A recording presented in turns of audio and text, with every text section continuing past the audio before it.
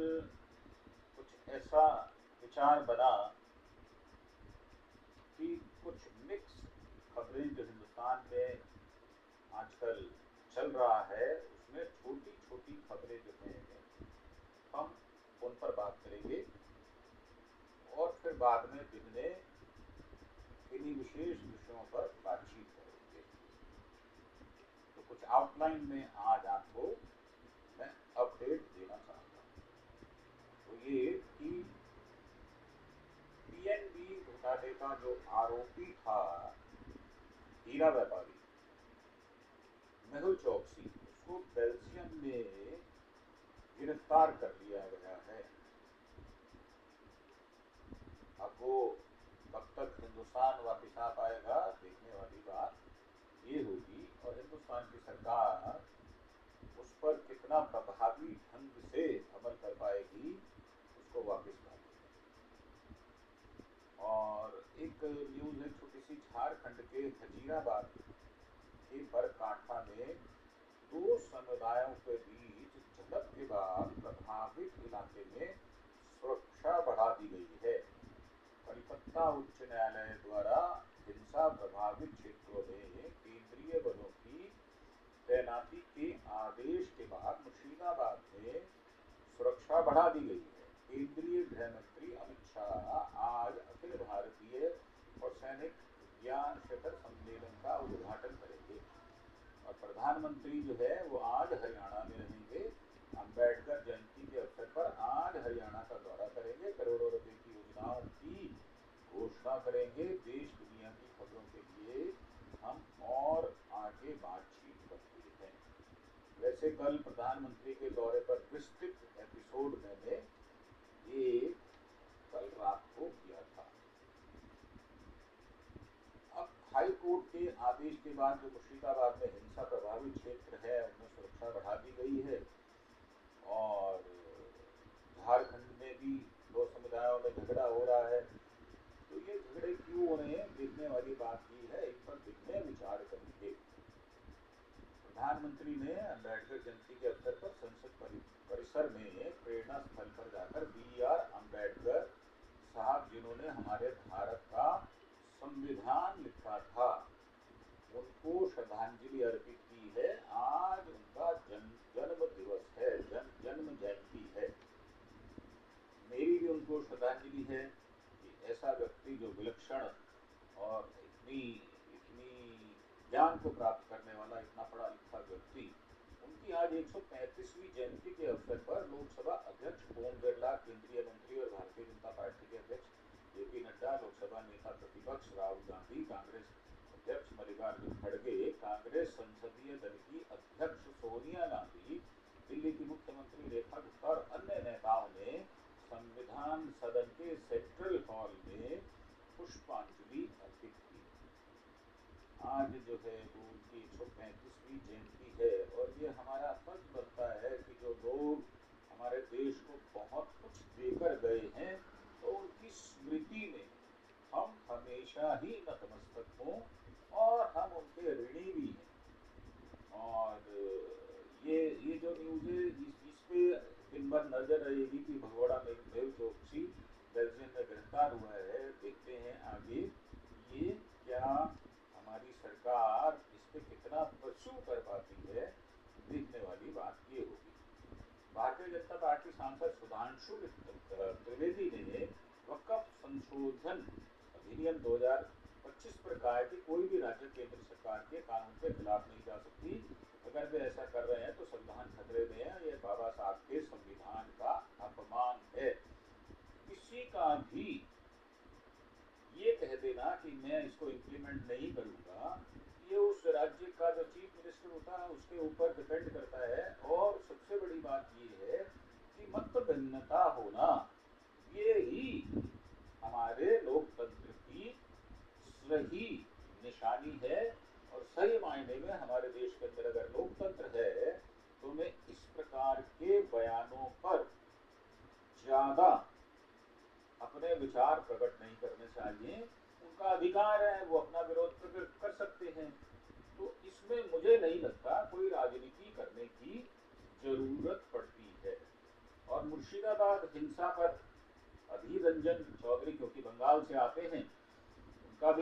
याद है मुर्शिदाबाद के बहरामपुर से कांग्रेस के पूर्व सांसद अधीर रंजन चौधरी ने मुर्शिदाबाद हिंसा पर कहा है, हम सभी जानते हैं भारतीय जनता पार्टी सांप्रदायिक ध्रुवीकरण करेगी।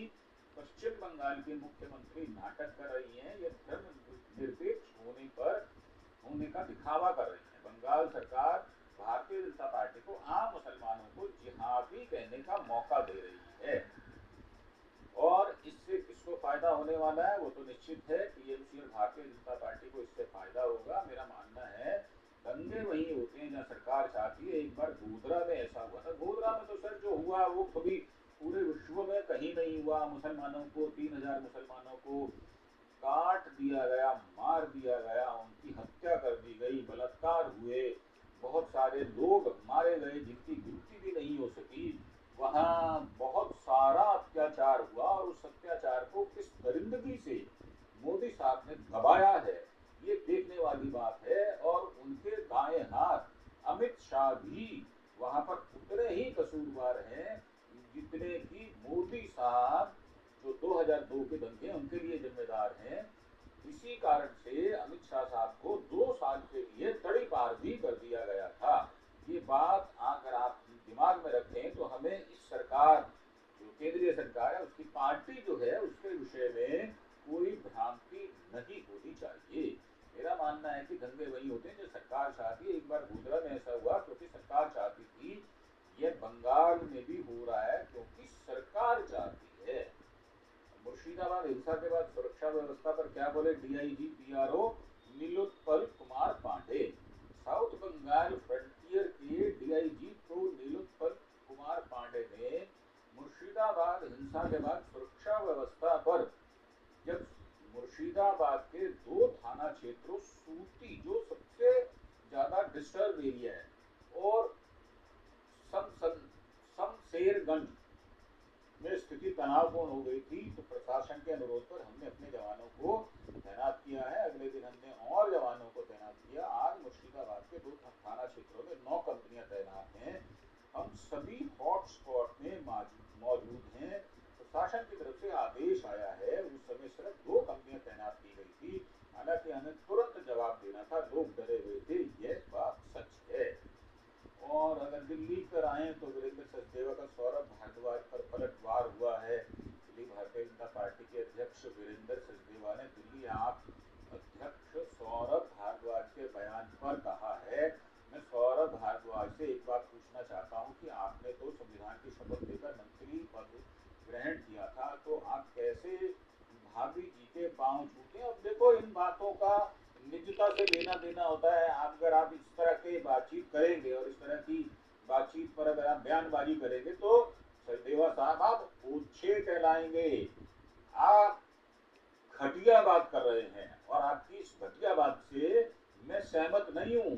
अगर किसी महिला के कोई व्यक्ति पैर छू लेता है तो मुझे लगता है कि ये कोई बात विशेष नहीं है। नीतीश कुमार ने सबके सामने मोदी साहब के पैर छुए और मोदी साहब ने एक एमएलए के पैर छुए थे, तो ये कह देना, हमारे यहाँ तो ये रिचुअल है, ये प्रथा रही है, हम महिलाओं को सम्मान देते रहे हैं तो और उनसे आदेश लेते थे। सुनीता केजरीवाल कैसे सरकारी कुर्सी पर बैठकर मीडिया में बयान देती थी, दिल्ली में उनकी इस झूठी आदत को नहीं झुठा रही। मैं आपको एक बात बता दूं कि अभी रेखा गुप्ता जी के पति जो हैं वो एक नगर निगम की और बहुत सारे दिल्ली गवर्नमेंट के ऑफिसर्स की मीटिंग ले रहे थे।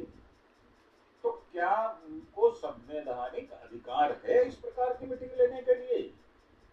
आप देखें, क्या वो दूसरी राबड़ी देवी बनना चाहती हैं? जब राबड़ी देवी को वहां का सीएम बनाया गया था तो उस समय लालू साहब के ऊपर संकट था। इसी संकट की घड़ी में उनको बनाया गया था और उनको बहुत सारा प्रशासन का अनुभव था ही नहीं, वो गृहिणी थी घड़ी। परंतु यहाँ तो रेखा गुप्ता जो है वो पहले से ही 1995 से ही राजनीति के अंदर है, तो भी अगर वो अपने पति से किसी मीटिंग की हेड करवाती हैं तो मुझे लगता है वो बहुत ही गलत है। और जो उन्होंने एक बयान दिया एक कॉन्क्लेव में कि ठुल्ले इधर, दो ठुल्ले उधर। उनको शर्म आनी चाहिए इस तरह की बयान देते हुए, सोचना चाहिए उनको। वो दिल्ली की प्रथम महिला है। इस प्रकार अगर आप बयानबाजी करेंगे तो आपके ऊपर भी कटाक्ष किए जाएंगे। तो आप नेता सौरभ भारद्वाज ने सीएम रेखा पर निशाना साधा। उन्होंने कहा है कि अगर रेखा गुप्ता के पति मनीष गुप्ता किसी सरकारी पद पर हैं तो भारतीय जनता पार्टी हमें बताए, अगर वे किसी सरकारी पद पर नहीं है तो वे किस हैसियत से वरिष्ठ सरकारी अफसरों के साथ बैठक कर रहे हैं। अगर अरविंद केजरीवाल की पत्नी ने अफसरों के साथ बैठक की होती तो क्या भारतीय जनता पार्टी इस बात को छोड़ती? ये पूरी तरह से गैर कानूनी है। मुझे लगता है कि ये संविधान का मजाक उड़ाने वाली बात है। मैं इनकी बात से सहमत हूँ।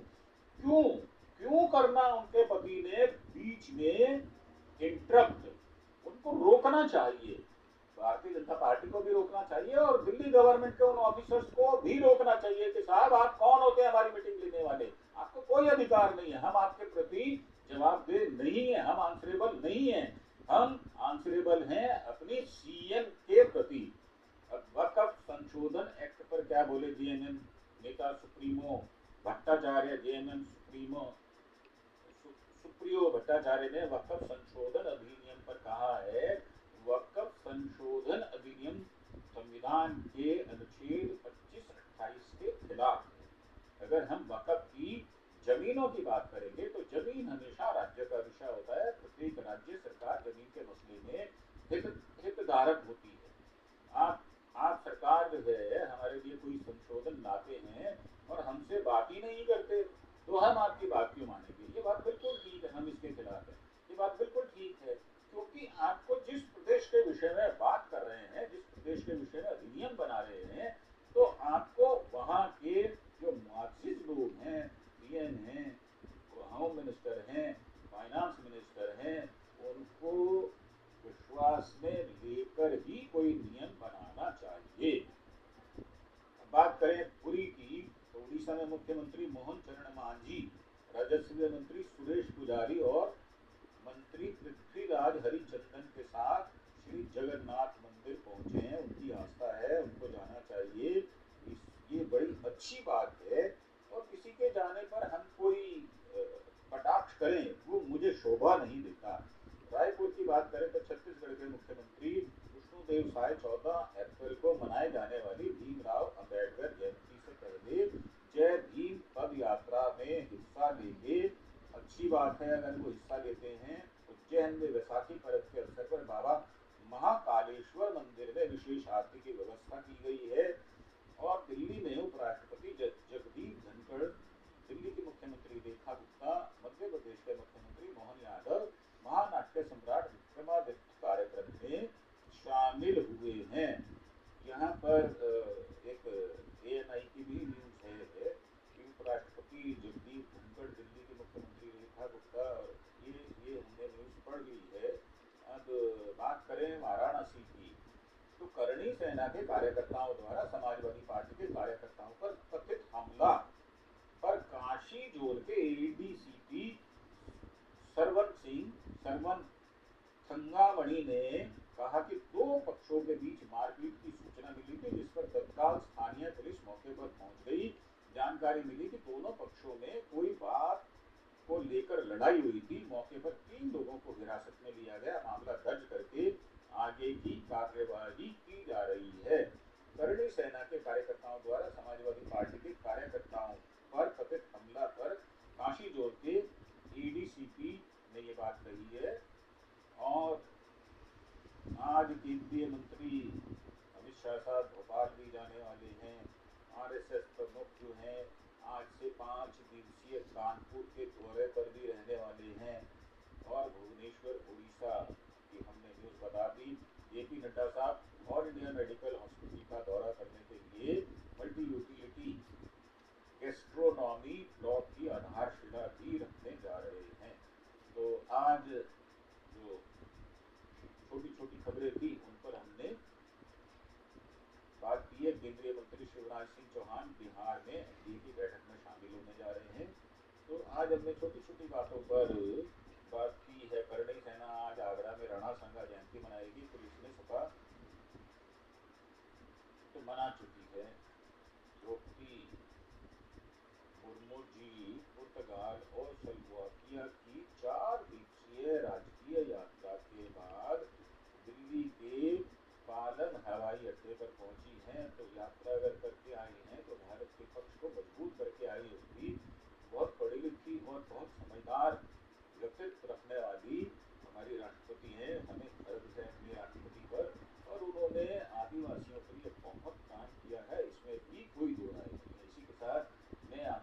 चाहूँगा और ये प्रार्थना करूँगा कि मेरा जो चैनल है अरुणकेश शर्मा एनालिस्ट वन थॉट, इसको आप ज़्यादा से ज़्यादा सब्सक्राइब करें, तो हमें उत्साह मिलता है और हम अपनी जो हमारी इन्वेस्टिगेशन होती है उसके द्वारा हर राज्य की छोटी छोटी खबरें जो है उनको लेकर आते हैं। और जो महत्वपूर्ण खबरें होती हैं, जहाँ कहीं ऐसा संकट आ जाए, जहाँ कहीं लड़ाई झगड़ा आ जाए, जहाँ कहीं उग्रवाद आ जाए, जहाँ कहीं जुलूस जलसे में हाथी वो बल्लभ और लाठी लेकर और बंदूकें लेकर अगर कोई प्रदर्शन करता है तो हम उस पर भी अपने खुलकर विचार रखते हैं। और आप सुझाव भी हमें दे सकते हैं कि किन विषयों पर हमें बात करनी चाहिए। और हमारा जो है वो विस्तृत क्षेत्र है, हम हर विषय में, चाहे वो सांस्कृतिक हो, राजनीतिक हो, सामाजिक हो, उन विषयों पर बात करते हैं। आपका स्वागत है। आप कमेंट बॉक्स में हमें अपने कमेंट जरूर लिखें। इसी के साथ मैं आपसे आज्ञा चाहूँगा। एक बार फिर से प्रार्थना, आप अरुणकेश शर्मा एनालिस्ट वन थॉट के जो मंच है, जो हमारा यूट्यूब का चैनल है, उसको सब्सक्राइब अवश्य करें और लाइक और शेयर भी करें। धन्यवाद। जय हिंद।